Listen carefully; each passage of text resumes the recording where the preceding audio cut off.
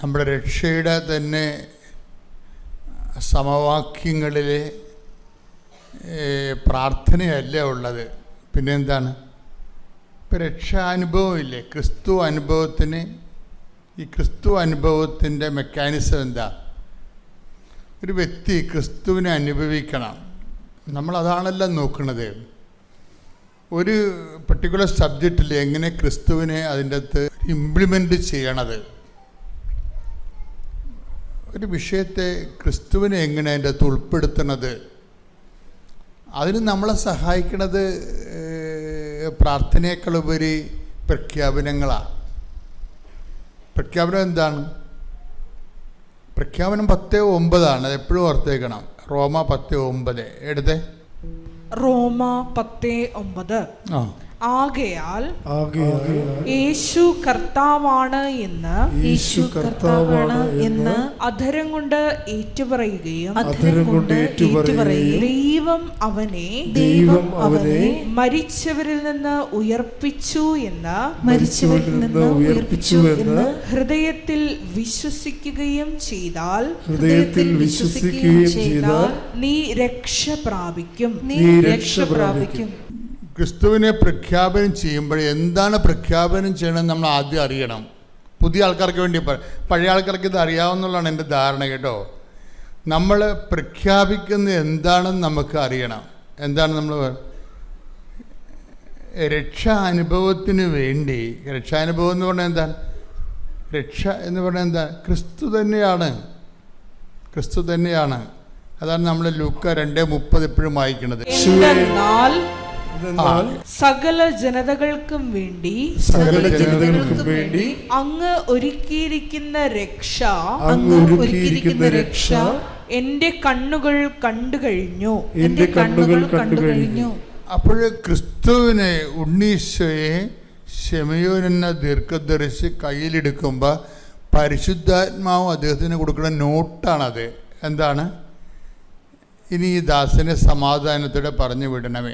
മരിക്കാനായിരിക്കില്ല, 90 വയസ്സുള്ള ആളാണ്. ഈ ആളെ കാണാൻ വേണ്ടി വെച്ചുകൊണ്ടിരുന്നതാണ് ദൈവം. കാര്യം ഈ പ്രഘോഷണത്തിനൊരു പ്രശ്നമുണ്ട്. ഈ പ്രഘോഷണത്തിനൊരു പ്രശ്നമുണ്ട്. പ്രഘോഷണം ഒരേ സമയം തന്നെ പരിചയപ്പെടുത്തലാണ്. മനസ്സിലായില്ലേ? ഈ പ്രഘോഷണം ഒരേ സമയം തന്നെ ഉദ്ദേശിക്കുന്നത് എന്താണ്? പരിചയപ്പെടുത്തലാണ്. അപ്പം ഈ പ്രഘോഷണം ആർക്കും കയറി പ്രഘോഷണം ചെയ്യാൻ പറ്റത്തില്ല. അതിന് ദൈവത്തിൻ്റെ ഒരു മുദ്രയൊക്കെ വേണം. അതുകൊണ്ട് നമ്മളെപ്പോഴും അതുകൊണ്ട് ശമയോനെ വെച്ചുകൊണ്ടിരുന്നതാ. മരിക്കാൻ പോയിരുന്നു, നേരത്തെ വെന്റിലേറ്ററിൽ കിടന്ന ആളാണ്. ദൈവം അങ്ങനെ ജീവൻ കൊടുത്തിട്ടിരിക്കുകയാണ്. എന്തിനാണ്? ഇയാളെപ്പോലെ യോഗ്യതയുള്ള ആൾ ക്രിസ്തുവിനെ പരിചയപ്പെടുത്താൻ ആളില്ല. അതുകൊണ്ട് ഈ മനുഷ്യന് വയസ്സ് 90-95 കഴിഞ്ഞെങ്കിലും വെച്ചുകൊണ്ടിരിക്കുകയാണ്. എന്തിനാണ്? അതാണ് പറയണത്, ഇനി ഈ ദാസനെ സമാധാനത്തോടെ വിട്ടയക്കണമേ. പിടിച്ചു വിട്ടയക്കണം എന്നല്ല സമയം പറയണത്. ഇനി ഈ ദാസൻ എന്ന് വായിച്ചത് ശ്രദ്ധിക്കട്ടെ. ഹല്ലേലൂയ. ലൂക്ക 2:29. കർത്താവേ അവിടുത്തെ വാഗ്ദാനമനുസരിച്ച് ഇപ്പോൾ ഈ ദാസനെ സമാധാനത്തിൽ വിട്ടയക്കണമേ. അപ്പൊ പിടിച്ചു വെച്ചുകൊണ്ടിരിക്കരുതെന്ന് മനസ്സിലായില്ലേ? പിടിച്ചു വെച്ചുകൊണ്ടിരിക്കരുതെന്ന് ഇയാളാ. എന്തിനാണ്? ഈ ആള് മാത്രമേ ആ തലമുറയിൽ ക്രിസ്തുവിനെ പരിചയപ്പെടുത്താൻ പറ്റിയ ആളുള്ളൂ. അത് ഭയങ്കര സീരിയസ് വിഷയമാണ്. നമ്മൾ ഈ ഉടമ്പടി എടുത്തിട്ട് നമ്മൾ ഉദ്ദേശിക്കുന്നത് ഒരു കാര്യം, ക്രിസ്തുവിനെ പരിചയപ്പെടുത്താൻ പറ്റിയ ഒരു ക്വാളിറ്റേറ്റീവ് ചേഞ്ച് ഉണ്ടാകണം. എല്ലാവർക്കും ക്രിസ്തുവിനെ പരിചയപ്പെടുത്തിയാൽ ഏക്കത്തില്ല. എല്ലാവരും ക്രിസ്തുവിനെ പരിചയപ്പെടുത്തിയാൽ ഏക്കത്തില്ല. അപ്പം നമ്മുടെ മുമ്പിലുള്ള ഉടമ്പടി ഉയർത്തുന്ന ഒരു വെല്ലുവിളി, നമ്മൾ തന്നെ ക്രിസ്തുവിനെ പരിചയപ്പെടുത്താനുള്ള ഒരു അഭിഷേകം മേടിക്കണം. കാര്യം കർത്താവ് തന്നെ പറഞ്ഞിട്ടുണ്ട്. എന്താണ്? ദൈവവചനം കേൾക്കുന്നതിന് അവിടെ അധരങ്ങൾ തുറന്നുവന്ന് ദൈവവചനം കേൾക്കുന്നതിന് ഈ എമ്മാവസ്ഥയ്ക്ക് പോയ ശിഷ്യന്മാരുടെ ഭാഗങ്ങളിലെ കർത്താവിൻ്റെ വചനം കേൾക്കുന്നതിന് അവിടെ അന്തരംഗത്തെ തുറക്കുന്നുണ്ട്.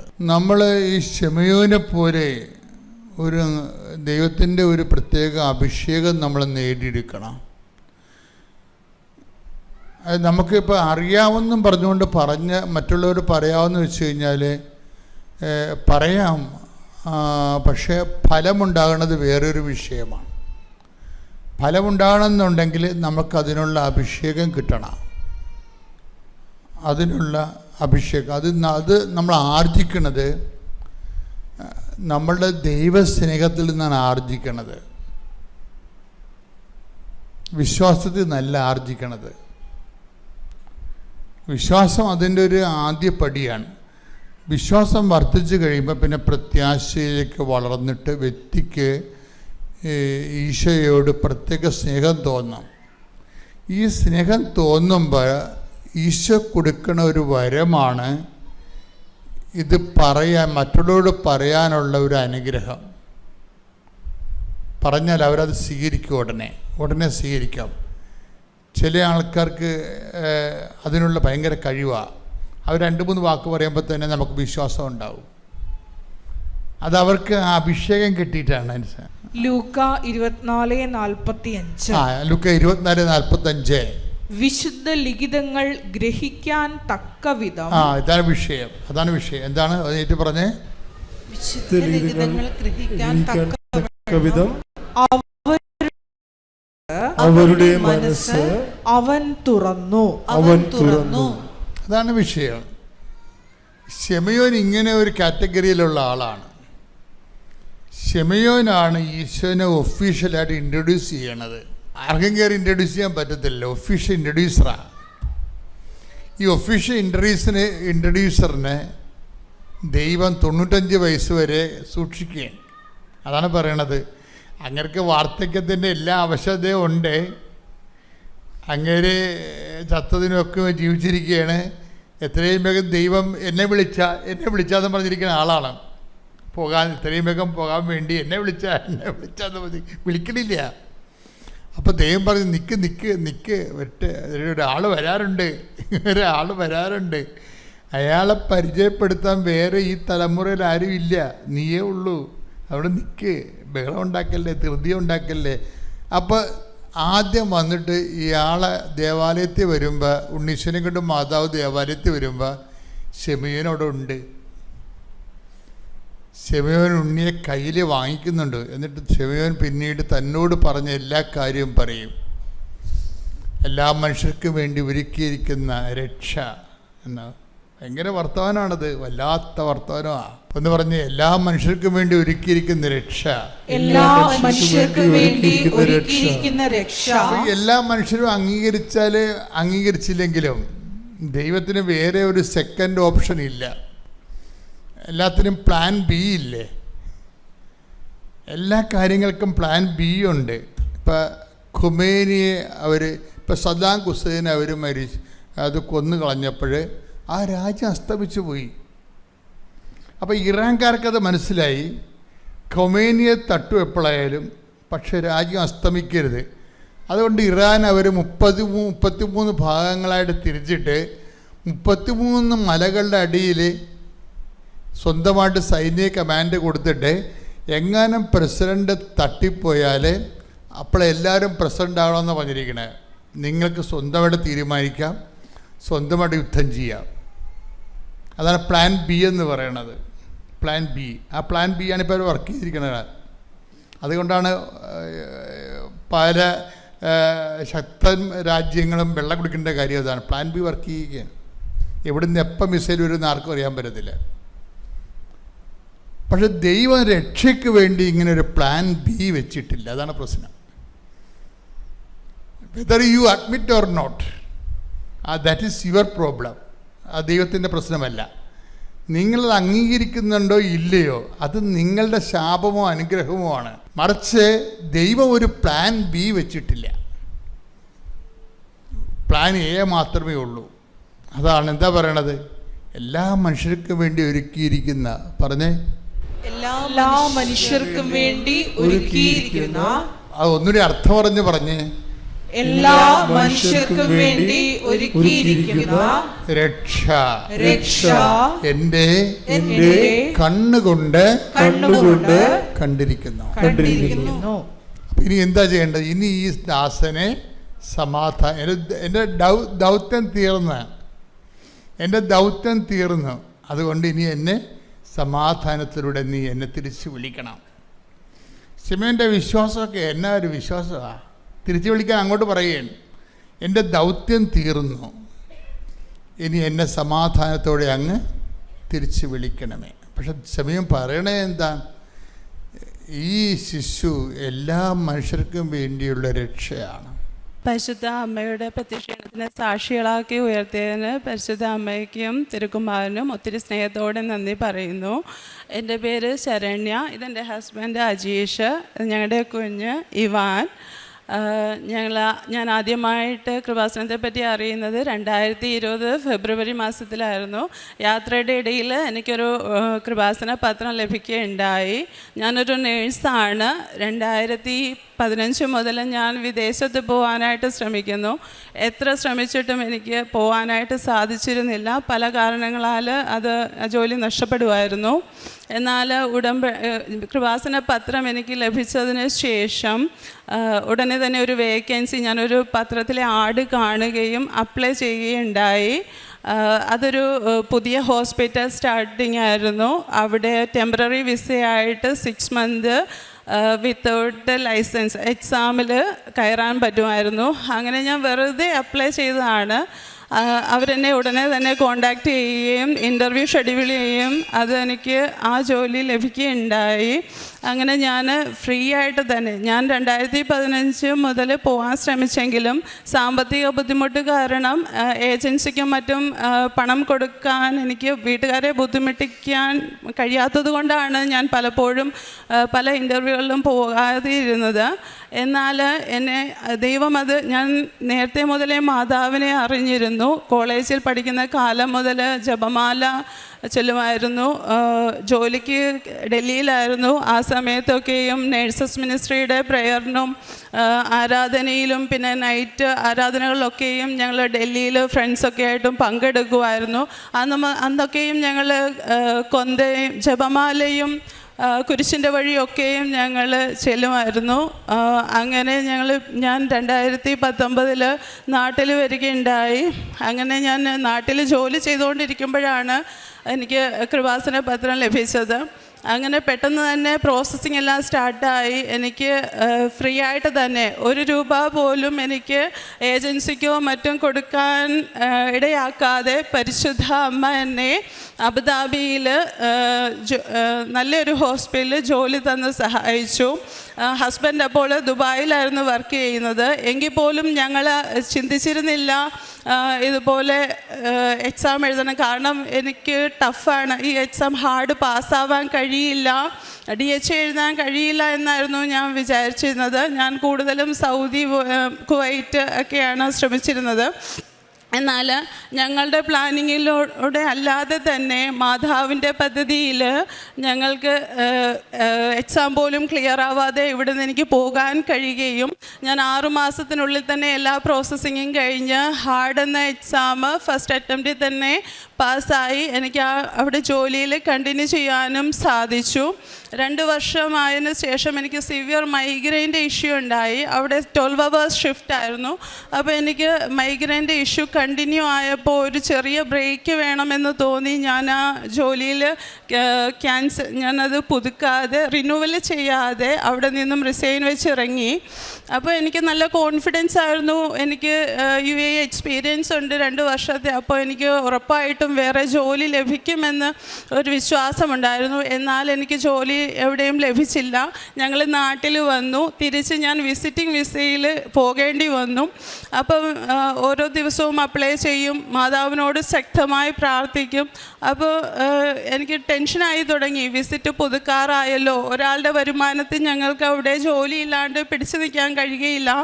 അപ്പോൾ എന്ത് ചെയ്യും മാതാവേ, എന്നെ സഹായിക്കണമേ എന്ന് ഞാൻ രാത്രി കാലങ്ങളിലൊക്കെയും പ്രാർത്ഥിക്കുമായിരുന്നു. അതിൻ്റെ ഫലമായി പെട്ടെന്ന് ഞാൻ അറിയുന്നു എവിടെയൊക്കെയോ ഗോൾഡൻ വിസ കിട്ടുന്നുവെന്ന്. എൻ്റെ ഫ്രണ്ട്സ് പലരായി പറയുന്നു ഗോൾഡൻ വിസ കിട്ടി എന്നൊക്കെ. അപ്പോൾ ഞാൻ പറഞ്ഞു, അപ്പം ഞാൻ വീണ്ടും ചിന്തിച്ചു, ദൈവമേ, ഞാൻ ജോലിയിലായിരുന്നെങ്കിൽ എനിക്കൊരു പക്ഷേ ഗോൾഡൻ വിസ കിട്ടിയേനെ. ഞാനിപ്പോൾ ജോലി പോലും ഇല്ലാതിരിക്കുമ്പോൾ എനിക്ക് എങ്ങനെ ഗോൾഡൻ വിസ കിട്ടും? അപ്പോൾ ഞാൻ ആ പ്രതീക്ഷയും നഷ്ടപ്പെട്ടുല്ലോ എന്ന് വിചാരിച്ചു. അങ്ങനെ കുറച്ച് ദിവസം കഴിഞ്ഞപ്പോൾ ഒന്ന് ചെക്ക് ചെയ്യാമെന്ന് കരുതി ഞാൻ ചെക്ക് ചെയ്തപ്പോൾ എനിക്കും ഗോൾഡൻ വിസ കിട്ടി. 10 വർഷത്തെ വിസയുണ്ട്. അപ്പോൾ എനിക്ക് അവിടെ നിൽക്കുന്നതിൽ കുഴപ്പമില്ല. അങ്ങനെ ഞാൻ വീണ്ടും ശ്രമിച്ചു. മാതാവിൻ്റെ അനുഗ്രഹത്താൽ നല്ലൊരു ഫെസിലിറ്റിയിൽ എനിക്ക് ജോലി ലഭിക്കുകയും ഇപ്പോൾ ഞാൻ അവിടെ തന്നെ വർക്ക് ചെയ്യുകയും ചെയ്യുന്നു.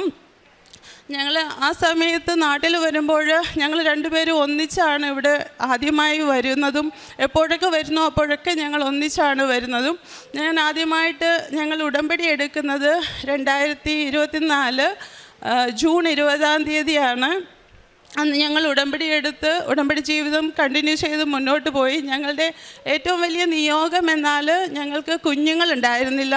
6 വർഷമായി വിവാഹം കഴിഞ്ഞിട്ട് കുഞ്ഞുങ്ങളുണ്ടായിരുന്നില്ല. പലപ്പോഴും ഹോസ്പിറ്റലിൽ ചെക്കപ്പ് ചെയ്യാൻ പോകണമെന്ന് കരുതിയപ്പോഴും ഞങ്ങൾക്ക് രണ്ടുപേർക്കും ഉള്ളിൽ എന്തെങ്കിലും കോംപ്ലിക്കേഷൻസ് കേട്ടാൽ അത് താങ്ങാനുള്ള കഴിവില്ല. അതുകൊണ്ട് പിന്നാവട്ടെ എന്ന് കരുതി. എന്നാൽ ഉടമ്പടി എടുത്ത് ഞങ്ങൾ പോയ ശേഷം ജൂണിൽ ഞങ്ങൾ ഇവിടുന്ന് ഉടമ്പടി എടുത്ത് പോയി. ഓഗസ്റ്റിൽ ഞങ്ങൾ ഹോസ്പിറ്റലിൽ കാണിക്കാനായിട്ട് തീരുമാനിച്ചു. അങ്ങനെ എല്ലാ ചെക്കപ്പും ചെയ്യാനായിട്ട് പോയപ്പോൾ ഞാൻ വിശുദ്ധ നേർച്ച വസ്തുക്കളെല്ലാം കയ്യിൽ എവിടെ പോയാലും കരുതുമായിരുന്നു. വിശുദ്ധ തൈലവും വിശുദ്ധ ഉപ്പും എപ്പോഴും ഉപയോഗിക്കുമായിരുന്നു. അങ്ങനെ ഹോസ്പിറ്റലിൽ ചെന്ന് എല്ലാ ചെക്കപ്പും ചെയ്തു. നേർച്ച വസ്തുക്കൾ ഓരോ ടെസ്റ്റ് ചെയ്യുമ്പം അതിലും ഞാൻ വിശുദ്ധ തൈലം തൂത്ത് പ്രാർത്ഥിച്ചായിരുന്നു അത് സെൻഡ് ചെയ്യാറ്. അപ്പോൾ അതിൻ്റെ ഫലമായി എൻ്റെ റിസൾട്ടുകളെല്ലാം നോർമലാകുകയും ഹസ്ബൻഡിന് കൗണ്ടിൻ്റെ കുറച്ച് ഇഷ്യൂ, അത് കുഴപ്പമില്ല, എന്നാൽ 2 മാസം കുറച്ച് മെഡിസിൻ കണ്ടിന്യൂ ചെയ്യാൻ പറഞ്ഞു. എന്നാലും ഞങ്ങളത് 2 മാസം കഴിച്ചു. എന്നിട്ട് നമ്മൾ തീരുമാനിച്ചു ഉടമ്പടിയിലാണല്ലോ, ഇനി നമ്മൾ ഈ മെഡിസിൻ കണ്ടിന്യൂ ചെയ്യുന്നില്ല എന്ന്. അങ്ങനെ ഞങ്ങളുടെ ഉടമ്പടി ജീവിതം മുന്നോട്ട് പോയി. ഒക്ടോബർ ജപമാല റാലിയിൽ 2024 ഞങ്ങൾ പങ്കെടുത്തു. എപ്പോഴൊക്കെ ഞങ്ങൾ നാട്ടിലേക്ക് വരുന്നു, ഞങ്ങൾ ഇവിടെ കയറിയിട്ടേ ഞങ്ങളുടെ ഭവനത്തിലേക്ക് ഞങ്ങൾ പോവുകയുള്ളൂ. ജപമാല റാലിയിൽ ഒക്ടോബറിൽ വരുമ്പോഴും ഞങ്ങൾ ഇവിടെ വന്ന് ഒരു റൂം എടുത്ത് ഞങ്ങൾ താമസിച്ചു, ഉടമ്പടി പുതുക്കി. അടുത്ത ദിവസം ജപമാല റാലി പങ്കെടുത്തതിന് ശേഷമാണ് രാത്രിയിലാണ് ഞങ്ങളുടെ ഭവനത്തിലേക്ക് ഞങ്ങൾ പോയത്. വീണ്ടും ഞങ്ങൾ തിരിച്ചു പോയി. ആ വന്ന യാത്രയിൽ ഞങ്ങൾ 5 ദിവസത്തെ ലീവിനായിരുന്നു വന്നത്. അപ്പം പെട്ടെന്നുള്ള ഒരു 2 ദിവസമാണ് ഞങ്ങൾക്ക് കിട്ടിയിരുന്നത്. അപ്പം ആ പെട്ടെന്നുള്ള യാത്രയിൽ, തിടുക്കപ്പെട്ട യാത്രയിൽ എൻ്റെ കാശ് രൂപം നഷ്ടപ്പെട്ടു പോയി. എപ്പോഴും എൻ്റെ കയ്യിൽ ജപമാല കൊണ്ടാണ് ഞാൻ എപ്പോഴും പുറത്തിറങ്ങാറ്. എൻ്റെ കയ്യിൽ നിന്ന് ഇന്ന് വരെ ഒരു ജപമാല നഷ്ടപ്പെട്ടു പോയിട്ടില്ല. എന്നാൽ ആ കാശ് രൂപത്തോടൊപ്പം ഒരു ജപമാലയും ഉണ്ടായിരുന്നു. അത് നഷ്ടപ്പെട്ടു പോയപ്പോൾ ഞങ്ങൾക്ക് സഹിക്കാൻ കഴിഞ്ഞില്ല. കാരണം അങ്ങനൊരു അനുഭവം ഞങ്ങളുടെ ജീവിതത്തിൽ ആദ്യമായിട്ടാണ്. എന്തൊക്കെ സാഹചര്യം വന്നാലും ആ ജപമാല മുറുക്കെ പിടിച്ച്, അല്ലെങ്കിൽ അത് ഹസ്ബൻഡ് കയ്യിലൊന്ന് സൂക്ഷിക്കാൻ കൊടുത്തിട്ടാണ് ഞാൻ എന്തും ചെയ്യുന്നത് പുറത്തു പോകുമ്പോൾ. അന്ന് ആ കാശുരൂപം നഷ്ടപ്പെട്ടപ്പോൾ ഞങ്ങൾ മാനസികമായിട്ട് ഒരുപാട് തകർന്ന്, ഹസ്ബൻഡ് ഞങ്ങൾ പോയ വഴികളിലെല്ലാം അലഞ്ഞു നടന്നു എന്ന് തന്നെ പറയാം. പോയ വഴികളിലെല്ലാം ഞങ്ങളുടെ നമ്പറുകൾ കൊടുത്തു, ഞങ്ങളെ തിരിച്ചു വിളിക്കണമെന്ന് പറഞ്ഞു ഞങ്ങൾ വന്നു. എന്നാൽ തിരിച്ച് വന്നൊരു ദിവസം ഉടമ്പടി വീണ്ടും എടുക്കാനുള്ള സമയം ഞങ്ങൾക്ക് ഉണ്ടായിരുന്നില്ല.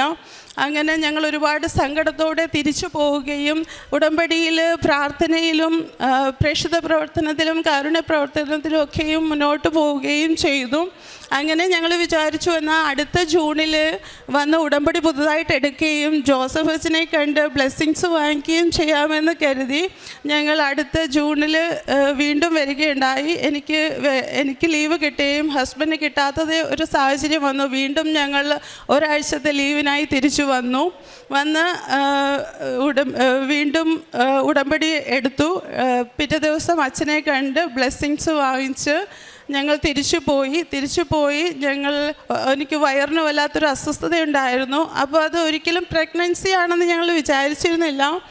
കാരണം പ്രഗ്നൻസിയുടെ ഒരു സൈനും മാതാവിനെ അറിയിച്ചിരുന്നില്ല. ഞാൻ ഇവിടെ വരുമ്പോഴോ അച്ഛനെ കാണുമ്പോഴോ ഒന്നും എനിക്ക് ഉണ്ടായിരുന്നില്ല. ഞങ്ങൾ തിരിച്ചു ചെന്ന് ഇതുപോലെ വയറിനൊരു അസ്വസ്ഥത വന്ന് ചെക്ക് ചെയ്ത് നോക്കിയപ്പോൾ ഞാൻ ഓൾറെഡി പ്രഗ്നൻ്റ് ആണ്. പിന്നീട് ഞങ്ങൾ ദിവസവും പ്രാർത്ഥനയിൽ കണ്ടിന്യൂ ചെയ്തു. നേർച്ച വസ്തുക്കൾ വയറിൽ തൊട്ട് പ്രാർത്ഥിക്കുമായിരുന്നു. ഓരോ ചെക്കപ്പും ഓരോ സ്കാനിങ്ങും വിശുദ്ധ നേർച്ച വസ്തുക്കൾ ഉപയോഗിച്ചിട്ടാണ് ഞങ്ങൾ പോകാറ്. പ്രാർത്ഥിച്ചൊരുങ്ങിയാണ് പോകാറ്. അതിൻ്റെ ഫലമായി ഞങ്ങൾക്ക് ഞാൻ എങ്ങനെയാണോ പ്രാർത്ഥിച്ചത് ആയുസ്സോടെ ആരോഗ്യത്തോടെ കുറച്ച് സ്വാർത്ഥതയുണ്ടെന്ന് പോലെ ഞാൻ പ്രാർത്ഥിക്കുമായിരുന്നു. സൗന്ദര്യത്തോടെ ഉണ്ണീശോയെ പോലെ ഒരു കുഞ്ഞിനെ ഞങ്ങൾക്ക് തരണമേ എന്ന്. അതുപോലെ തന്നെ ഞങ്ങൾക്ക് ആയുസ്സോടെ ആരോഗ്യത്തോടെ ഉണ്ണീശോയെ പോലെ സൗന്ദര്യമുള്ള ഒരു കുഞ്ഞിനെ പരിശുദ്ധ അമ്മയും ഈശോയും തന്നു. ഒത്തിരി സ്നേഹത്തോടെ വീണ്ടും നന്ദി പറയുന്നു. ഒരുപാട് ടെസ്റ്റ് ഇതിനിടയിൽ ഞങ്ങളുടെ ദിനംപ്രതിയുള്ള ആവശ്യങ്ങൾ ഒരുപാട്. മാതാവിനോട് എന്ത് കാര്യങ്ങൾ സങ്കടപ്പെട്ട് കണ്ണു നിറഞ്ഞ് പ്രാർത്ഥിച്ചാലും ഞങ്ങൾക്ക് സാധിച്ചു തരും. ഞങ്ങൾക്ക് ഹസ്ബൻഡ് അവിടെ UAE ലൈസൻസ് അതിന് പോയപ്പോൾ ഞങ്ങൾ ഉടമ്പടി നിയോഗത്തിൽ വെച്ച കാര്യങ്ങളല്ല. ഇതൊക്കെയും പ്രാർത്ഥനയുടെ ഫലമായിട്ട് ലൈസൻസ് കിട്ടി. വീണ്ടും ഒരു വണ്ടിക്ക് വേണ്ടിയിട്ട് പ്രാർത്ഥിച്ചു. ഞങ്ങൾക്ക് ഉചിതമായ ഒരു വാഹനം ലഭിച്ചു. അങ്ങനെ പറയാനാണെങ്കിൽ ഒരുപാട് അനുഗ്രഹങ്ങൾ ഞങ്ങളുടെ കുടുംബത്തിലും ഞങ്ങൾക്കും പരിശുദ്ധ അമ്മയും ദേവകുമാരനും തരുന്നു. ഞങ്ങൾ പ്രേക്ഷിത പ്രവർത്തനങ്ങളായിട്ട് ഞങ്ങൾ ഉടമ്പടി പത്രം ഇവിടുന്ന് കിട്ടുന്നത് കൂടാതെ എക്സ്ട്രാ വാങ്ങിക്കൊണ്ട് പോകും. എപ്പോഴും ഉടമ്പടി എടുക്കുന്നതിന് മുമ്പ് തന്നെ ഞങ്ങൾ പത്രങ്ങൾ വിതരണം ചെയ്യുമായിരുന്നു. ഉടമ്പടിക്ക് ശേഷം പത്രങ്ങൾ ഞങ്ങൾ മലയാളം, ഇംഗ്ലീഷ്, തമിഴ് പത്രങ്ങൾ കൊണ്ടുപോവുകയും മാക്സിമം പറയാൻ പറ്റുന്നവരോടൊക്കെയും നമ്മുടെ സാക്ഷ്യങ്ങൾ പറഞ്ഞും അനുഗ്രഹങ്ങൾ പറഞ്ഞും കൊടുക്കാറുണ്ട്. പിന്നെ കൂടാതെ അച്ഛൻ്റെ ധ്യാനം 2022 പകുതി 2023 മുതൽ കണ്ടിന്യൂസ് ആയിട്ട് അച്ഛൻ്റെ ഉടമ്പടി ധ്യാനം മുടങ്ങാതെ കേൾക്കാറുണ്ട്. ഒരു ദിവസം എനിക്ക് വൈകുന്നത് ഭയങ്കര വിഷമമാണ്. അന്ന് തന്നെ ആ സമയം തന്നെ എനിക്ക് ആ ഒരു 10 മണി, അവിടെ ഞങ്ങൾ 10 മണിക്കാണ് അത് ലൈവായിട്ട് വരുന്നത്. ആ ഒരു ടൈമിൽ തന്നെ എനിക്കത് ഷെയർ ചെയ്യണം, എനിക്കത് സ്റ്റാറ്റസായിട്ടിടണം. അതിൻ്റെ വലിയൊരു ആഗ്രഹമാണ്. അങ്ങനെ ഞാൻ ചെയ്യാറുണ്ട്. ഒരു ദിവസം ഡ്യൂട്ടിയാണ് എന്തെങ്കിലും ഇതുണ്ടെങ്കിൽ അന്ന് തന്നെ രാത്രിയിൽ അത് മാക്സിമം അത് കൂടാനായിട്ട് ശ്രമിക്കാറുണ്ട്. അത് മാക്സിമം എൻ്റെ സ്റ്റാറ്റസായിട്ട് ഒരാഴ്ച പോലും മുടക്കാതെ ഞാനത് സ്റ്റാറ്റസായിട്ട് ഇടാറുണ്ട്. അതെൻ്റെ ഫ്രണ്ട്സിനെല്ലാവർക്കും ഷെയർ ചെയ്യാറുണ്ട്. പണ്ട് ഞാൻ ചെറിയ കോളുകളൊന്നും വരുന്നത് സേവ് ചെയ്യാറില്ലായിരുന്നു. ആവശ്യമില്ലാത്ത നമ്പറുകളൊന്നും ഞാൻ എൻ്റെ ഫോണിൽ സേവ് ചെയ്യാറില്ലായിരുന്നു. എന്നാൽ ഇപ്പോഴെൻ്റെ ഫോണിൽ ചെറിയൊരു കോൾ വന്നാലും ഞാനത് സേവ് ചെയ്യും. അത് സേവ് ചെയ്യുന്നത് എന്തുകൊണ്ടെന്നാൽ എൻ്റെ സാക്ഷ്യങ്ങൾ ഞാൻ ഷെയർ ചെയ്യുന്ന അച്ഛൻ്റെ ഡെയിലി ബ്രെഡ് എന്നും ഷെയർ ചെയ്യാറുണ്ട്. ഇവിടുത്തെ പ്രാർത്ഥനകൾ എനിക്ക് ഇഷ്ടപ്പെടുന്ന സാക്ഷ്യങ്ങളൊക്കെയും ഞാൻ ഷെയർ ചെയ്യാറുണ്ട്, സ്റ്റാറ്റസായിട്ട് ഇടാറുണ്ട്. അപ്പം അത് കൂടുതൽ പേര് അറിയട്ടെ എന്നുള്ള രീതിയിലാണ് ഞാൻ അങ്ങനെ നമ്പറുകൾ കൂടുതലായി സേവ് ചെയ്യാൻ തുടങ്ങിയത്. പിന്നെ കൂടുതലായിട്ടും ഇവിടുന്ന് ബൾക്കായിട്ട് ഞാൻ നേർച്ച വസ്തുക്കൾ വാങ്ങിക്കൊണ്ട് പോകും. കാശുരൂപം, ജപമാല, ഉടമ്പടി പുസ്തകങ്ങൾ, ജപമാല പുസ്തകങ്ങൾ, മാതാവിൻ്റെ വലിയ രൂപം, ഉപ്പ്, തേന, ഇതൊക്കെ വാങ്ങിക്കൊണ്ട് പോകും. ഫ്രണ്ട്സൊക്കെയും ചോദിക്കാറുണ്ട്, അവർക്ക് കൊടുക്കും, ചോദിക്കാത്തവർക്കും കൊടുക്കാറുണ്ട്. ആരെങ്കിലും സങ്കടങ്ങളോ ആവശ്യങ്ങളോ പറഞ്ഞാൽ അവർക്കും കൊടുക്കാറുണ്ട്. 3-4 ഫ്രണ്ട്സിനെ കൊണ്ട് ഓൺലൈൻ ഉടമ്പടി എടുക്കാൻ സാധിച്ചു. അവർക്ക് നേർച്ച വസ്തുക്കൾ കൊണ്ട് കൊടുക്കുവാൻ എനിക്ക് സാധിച്ചിട്ടുണ്ട്. പിന്നെ കാരുണ്യ പ്രവർത്തികളായിട്ട് ഞാനൊരു ലോങ് ടൈം കെയറിലാണ് വർക്ക് ചെയ്യുന്നത്. കൂടുതലും പ്രായമായ രോഗികളാണ്. മാക്സിമം അവരെ കെയർ ചെയ്യാനായിട്ട് ഞാൻ ശ്രമിക്കാറുണ്ട്. വേദനയുള്ളവരെ അവരെ മാക്സിമം കേൾക്കാൻ ശ്രമിക്കാറുണ്ട്. ജപമാല ഞാൻ 2 പേഷ്യൻസിന് കൊടുത്ത് അവരുടെ വേദനയിൽ അവർക്ക് ആശ്വാസം കൊടുക്കാൻ എനിക്ക് സാധിച്ചിട്ടുണ്ട്. പിന്നെ വഴിയരികിലൊക്കെയും കാണുന്ന പാവങ്ങളെ സഹായിക്കാനും, ഒരു വിഷമമാണ്, പട്ടിണിയാണ് എന്ന് തോന്നുന്നവരെ സഹായിക്കാനും സാധിച്ചിട്ടുണ്ട്. ഫ്രണ്ട്സിൻ്റെ ഇടയിൽ ആർക്കെങ്കിലും സാമ്പത്തിക ബുദ്ധിമുട്ടുകളോ എന്തെങ്കിലും വന്നാൽ കയ്യിലുള്ളതുപോലെ കൊടുത്ത് സഹായിക്കാൻ ഞങ്ങൾക്ക് കഴിയാറുണ്ട്. പിന്നെ അനാഥാലയങ്ങളിൽ ഭക്ഷണം കൊടുക്കാറുണ്ട്. അവിടെ വലിയ ചൂടിൽ പുറത്ത് ജോലി ചെയ്യുന്ന ആളുകളെ കണ്ടാൽ അവർക്ക് വെള്ളവും മറ്റ് സാധനങ്ങളും ഫ്രൂട്ട്സും വാങ്ങിക്കൊടുക്കാനായിട്ട് ഞങ്ങൾ ശ്രമിക്കാറുണ്ട്. ദൈവത്തിന് നന്ദി സൂചകമായിട്ടാണ് ഞങ്ങൾ കുഞ്ഞിന് ഇവാൻ എന്ന് പേരിട്ടത്. ദൈവത്തിൻ്റെ അനുഗ്രഹമാണ്. ഇത്രയും അനുഗ്രഹങ്ങൾ ഇത് കൂടാതെ എൻ്റെ ഭവനത്തിലും എൻ്റെ സഹോദരങ്ങൾക്കും മാതാപിതാക്കൾക്കും ഒക്കെയും ഒരുപാട് അനുഗ്രഹങ്ങൾ ലഭിച്ചിട്ടുണ്ട്. അവരില്ലാത്തതുകൊണ്ട് എനിക്കത് പറയാൻ സാധിക്കുകയില്ല. ഞങ്ങൾ നിയോഗങ്ങൾ സമർപ്പിച്ചതിന് ശേഷം നിയോഗത്തിൻ്റെ പുറകെ പോകാറില്ല. അത് അമ്മയ്ക്ക് കൊടുത്തു, ബാക്കി പിന്നീടുള്ള കാര്യം മാതാവ് നോക്കിക്കോളും എന്നുള്ളൊരു വിശ്വാസമുണ്ട്. അതിനെപ്പറ്റി വീണ്ടും വീണ്ടും ആവർത്തിച്ച് മാതാവിനോട് പറയാറില്ല. മാതാവ് അത് ഞങ്ങൾക്ക് തരുമെന്ന് ഉറപ്പാണ്. ഞങ്ങൾ ഇപ്പം തന്നെ ഞങ്ങൾ ഇങ്ങോട്ട് വരുമ്പോൾ ഞങ്ങൾ ഫെബ്രുവരി 26 ഞങ്ങളുടെ റൂം വരെ വെക്കേറ്റ് ചെയ്തിട്ടാണ് ഞങ്ങൾ വരുന്നത്. കാരണം അവിടെ ഇപ്പം റൂമുകളൊക്കെ റിനോവേഷൻ ചെയ്യുന്നതിൻ്റെ ഭാഗമായിട്ട് ഞങ്ങൾ താമസിച്ചിരുന്ന റൂം വെക്കേറ്റ് ചെയ്യേണ്ടി വന്നു. അപ്പം ഞങ്ങൾ 26 ഫെബ്രുവരിയിൽ ഞങ്ങൾ അവിടുന്ന് കയറുകയുണ്ടായി. 27 മുതൽ എയർപോർട്ടുകളെല്ലാം ക്ലോസ് ആകുകയും യുദ്ധത്തിൻ്റെ ഭാഗമായിട്ട് എയർപോർട്ടുകളെല്ലാം ക്ലോസായി. ദൈവം നമ്മളെ കൈവെള്ളിയിൽ കൊണ്ട് നടക്കുന്ന ഓരോ അനുഭവങ്ങളാണ് ഞങ്ങൾക്കും ഞങ്ങളുടെ കുടുംബത്തിനും ലഭിക്കുന്നത്. ഇത്രത്തോളം ഞങ്ങൾക്ക് തന്ന അനുഗ്രഹങ്ങൾക്ക് പരിശുദ്ധ അമ്മയ്ക്കും തിരുകുമാരനും ഒത്തിരി സ്നേഹത്തോടെ വീണ്ടും നന്ദി പറയുന്നു.